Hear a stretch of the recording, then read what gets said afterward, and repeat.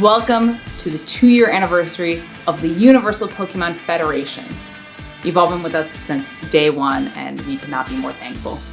So, what better way to celebrate than with a massive UPF World Championship battle? Dom Pokemon is taking on business partner Mark Cameron. And they might seem like they're working together, but does Mark have ulterior motives? Or is he going to give Dom the easy win? Or will both parties be surprised? We also have 3 debuts tonight. We're going to see Thruxie taking on Fenrir. And in addition to that, we're going to see Jessica taking on Mid to see who can get their first win in the UPF. All of the action starts right now. Let's get into it.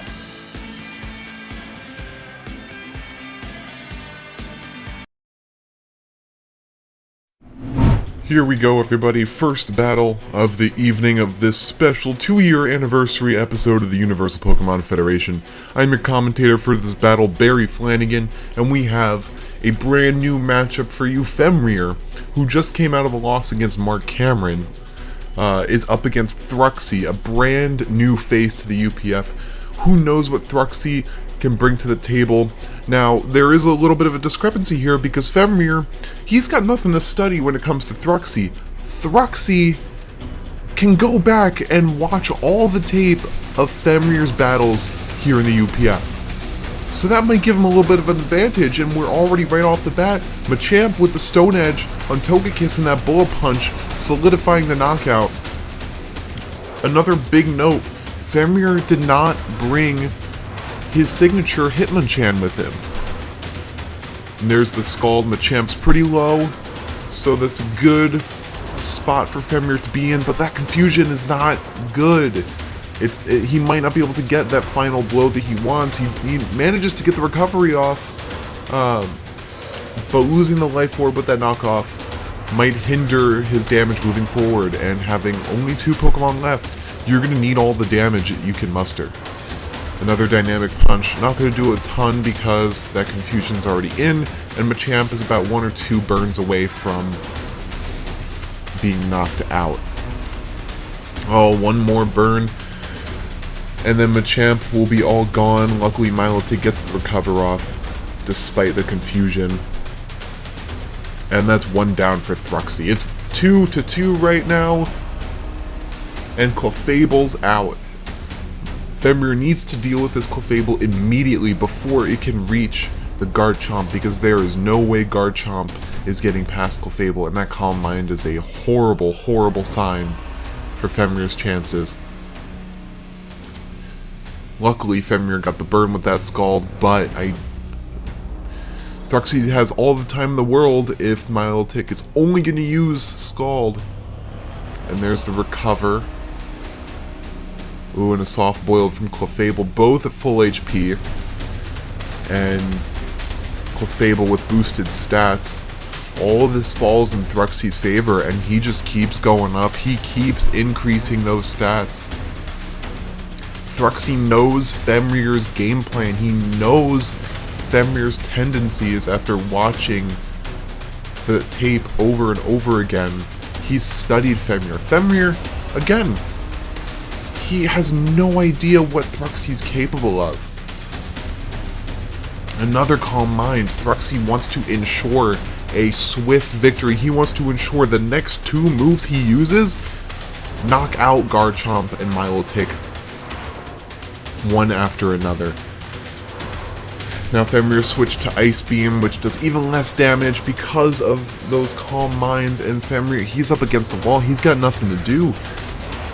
He can't use anything besides Scald and Ice Beam, and those, they're not going to do much against a fully maxed out special defense Clefable. Thruxie, he's about to unleash. He's about to unleash his full offense right here now that he's got the full maxed out special attack. And Fenrir, he's just praying. Well, Moonblast doesn't knock out Milotic on the first shot, but there's nothing stopping him from hitting it again. Oh, Fenrir gets the Protect in. Saves him another round, knocks a little bit more off, except it doesn't because Clefable balances out with the leftovers. Recover coming in from Fenrir, and not much to grasp onto with that. Thruxie, he's showing a dominant performance with this Clefable. Garchomp's in now, and it's only a matter of time. Brick Break does not do anything, and oh, Fenrir hangs on with that Focus Sash, but I don't know if he has any moves. Yep, Crunch, not very effective, and Fenrir, he loses this match against Thruxie. This is a huge debut from this newcomer. Who knows the ceiling that Thruxie's capable of? We've seen how well he can study his opponent, how well he can deal with veterans, but how high can he climb? Time will tell. We'll have to see where his future leads in the UPF. But for now, let's move on to the next segment. I'll be honest, the UPF is an intimidating place. So many trainers out for blood, vengeance, or chaos, but I'm not letting that scare me away from that championship gold. I'm here to change the UPF and make it a fun place the Pokemon League should be. My name is Jessica, and the world is going to see exactly what I'm capable of.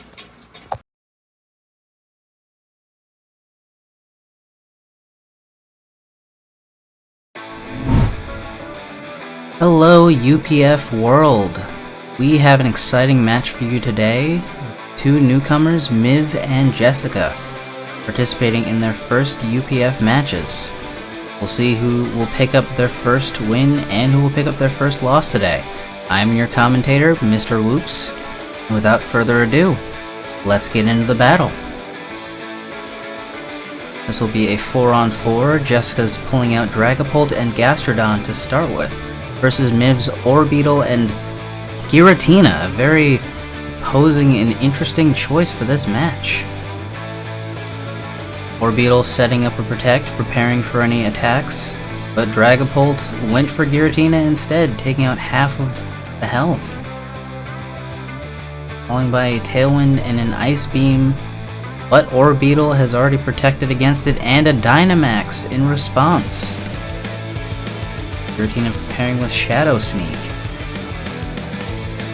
And Gravitas has taken out Dragapult. Gastrodon responding to Orbeetle with an Ice Beam. Incineroar is next up in the lineup. And responding to Orbeetle's Dynamax, here's an Incineroar Dynamax as well. Gastrodon is taken out, but Incineroar keeping that Draco meter. Responding with a Max Flare to critical hit to Orbeetle, but not enough to take it out. Among Us next on Jessica's team, but quickly dispatched and taken care of. Incineroar holding on for dear life. And Incineroar has taken out the Orbeetle, but will it be enough? Incineroar will now have to take on 3 different Pokemon. A Groudon has dashed those hopes with Precipice Blades, and it looks like Miv has taken the first win of their UPF career. Better luck next time to Jessica.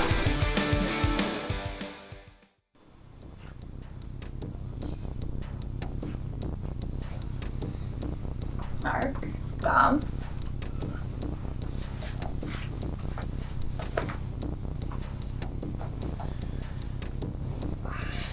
All right. Welcome. As both of you know, today you will be battling for the UPF World Championship.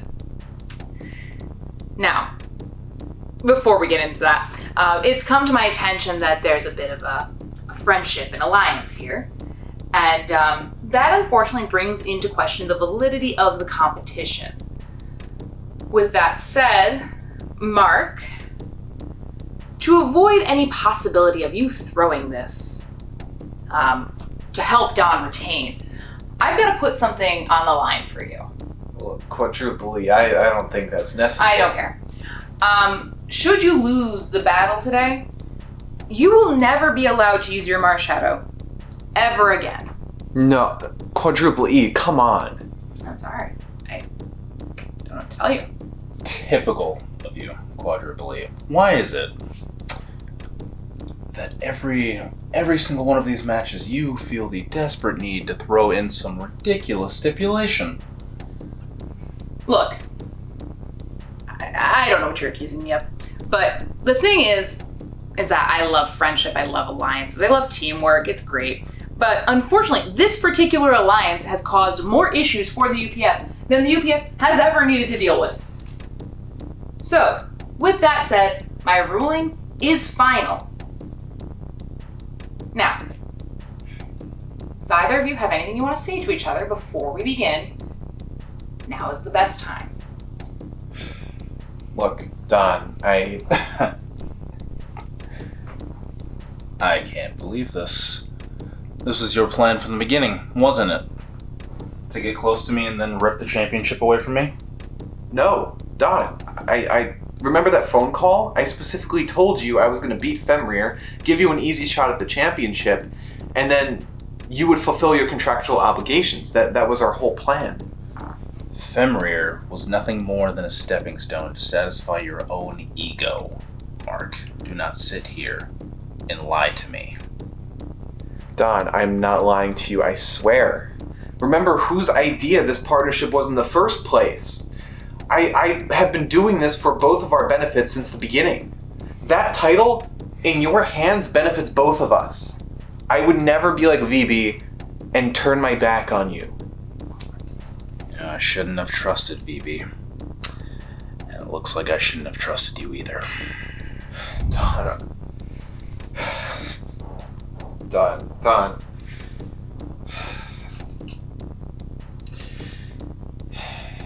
I see that nothing's gonna get to you, so I'm gonna make you regret your trust issues right now. Alright? Let's get this over with. Let's just do this. Let's get this settled. All right. Best of luck to both of you. May the best trainer win.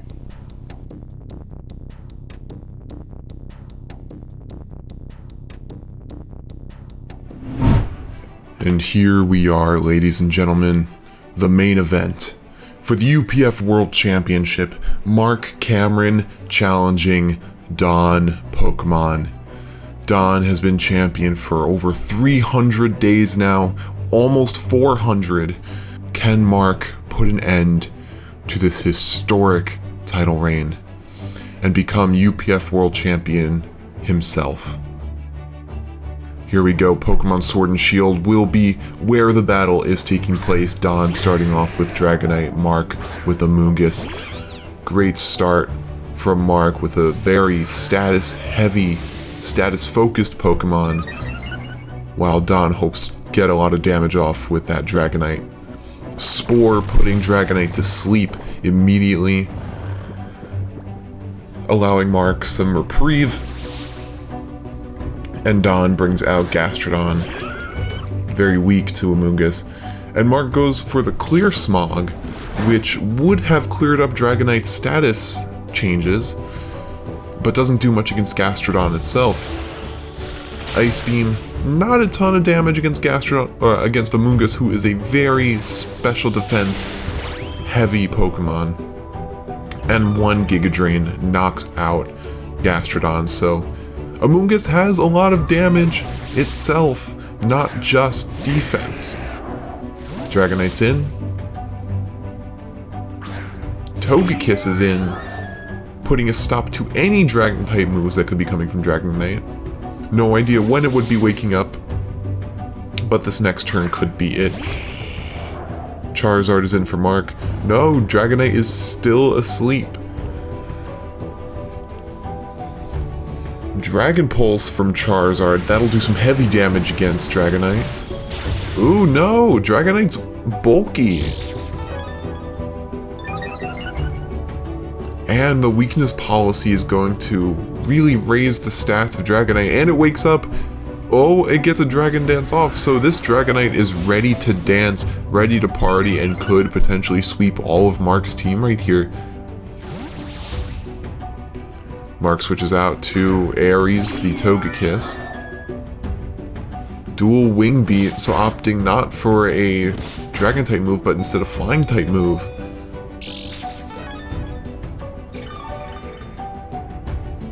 And luckily the leftovers help Mark hang on just a little bit, and that Dual Wing Beat put a stop to Togekiss before it can really do anything at all.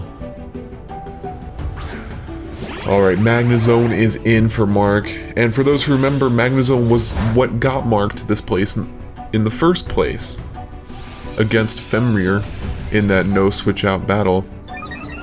And the Dragon Claw doesn't do much, while the Iron Defense will make sure it does even little. And we know Mark has a body press on that Magnezone, so these Iron Defenses will help boost that move in the future. Thunderbolt coming out from Magnezone. Hefty damage.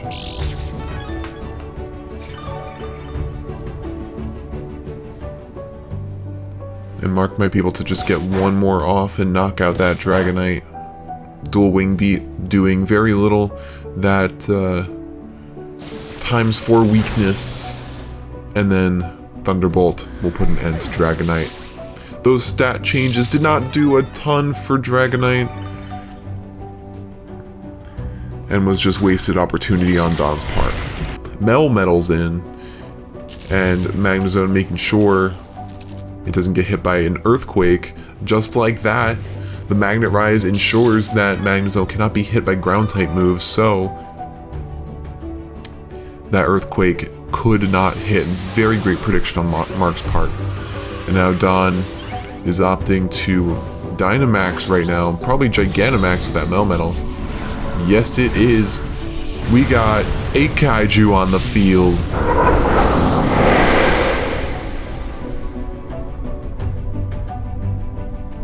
Body Press from Magnezone. Big damage to that Melmetal. If that was not Gigantamax Melmetal, that thing would not be standing anymore. Max Hailstorm does very, very little damage to Magnezone. This Magnezone is a tank for Mark. And also deals out some heavy damage as well. Leftovers too, keeping Herbie alive. Body Press, could this knock it out? No, it just barely hangs on.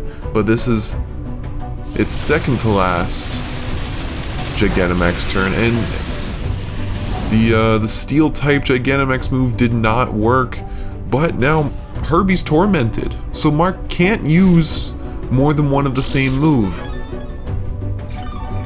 And that Hailstorm will ensure that Melmetal faints this turn, but that Thunderbolt from Mark will end it before the hail can even hit. Mark is off to a pretty substantial lead right now, knocking out not only a big hitter in Dragonite, but also the Gigantamaxed Melmetal. 2 huge offenses for Don, and now Mark is taking this opportunity to Dynamax himself. Now that Don cannot counter with his own Dynamax. And we'll see how long this Dynamax can last against Scizor, who might have a type advantage. Swords Dance, raising that attack. But will it be enough to counter all of Mark's iron defenses that he's stacked onto Magnezone? Max Lightning.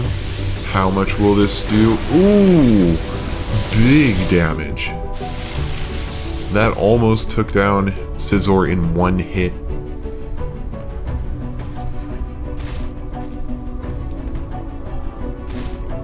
That hail still being a little bit of a nuisance to these trainers. Leftovers keeping Herbie alive. Magnetism is over, and the Bullet Punch will barely get any damage off. Crit, though, more than Don anticipated. Max Knuckle. Now, not only will that knock out the Scizor, but that's also increasing Magnezone's attack, so that body press is going to do even more damage. Mark could sweep right now with just body presses, but we know Don has his signature. We know he's got that Mimikyu in the back, and that body press is not going to do anything against Togekiss right now. In fact, Togekiss will just knock it out. End the Dynamax, finally get Mark on an even playing field with him, or rather more even playing field. Mark still has the advantage, but for how much longer? The Volt Switch coming out from Rotom, dealing over half damage. Ooh, but that weakness policy, another weakness policy. Don is loving these weakness policies. Charizard's back in, hoping to take a fairy type move, but Don is trying to boost up its stats with that nasty plot. Air Slash coming out from Mark, hoping for the flinch, but doesn't need it. He gets the feint.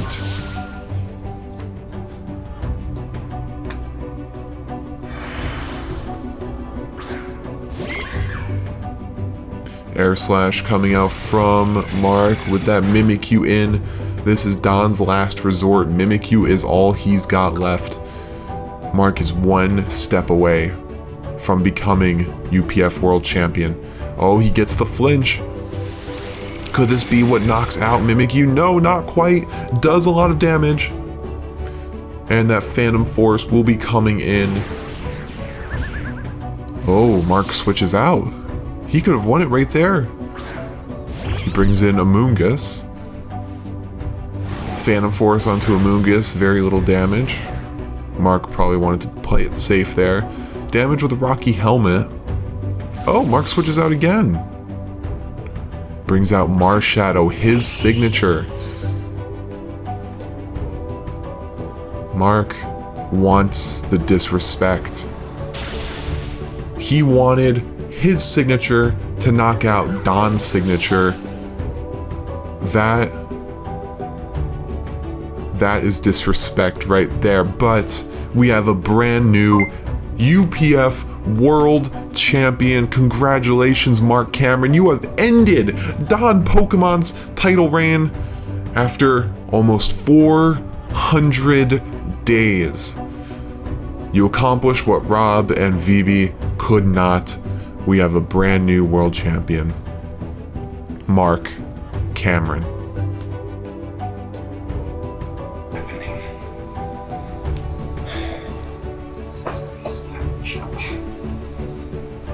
Don, look at me. Look at me, Don. You did this to yourself.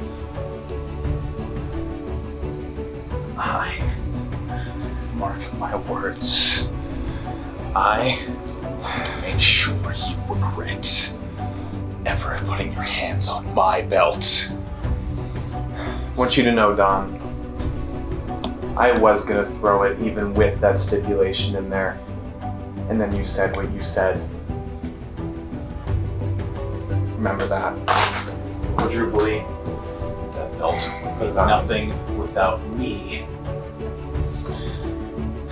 This company would be nothing without me. Keep talking, Don. You wouldn't mean a single thing. You would have no importance if I hadn't been holding up that belt for more than a year. Do you understand me? And you lost it in one day. New UPF World Champion. Enjoy it while it lasts.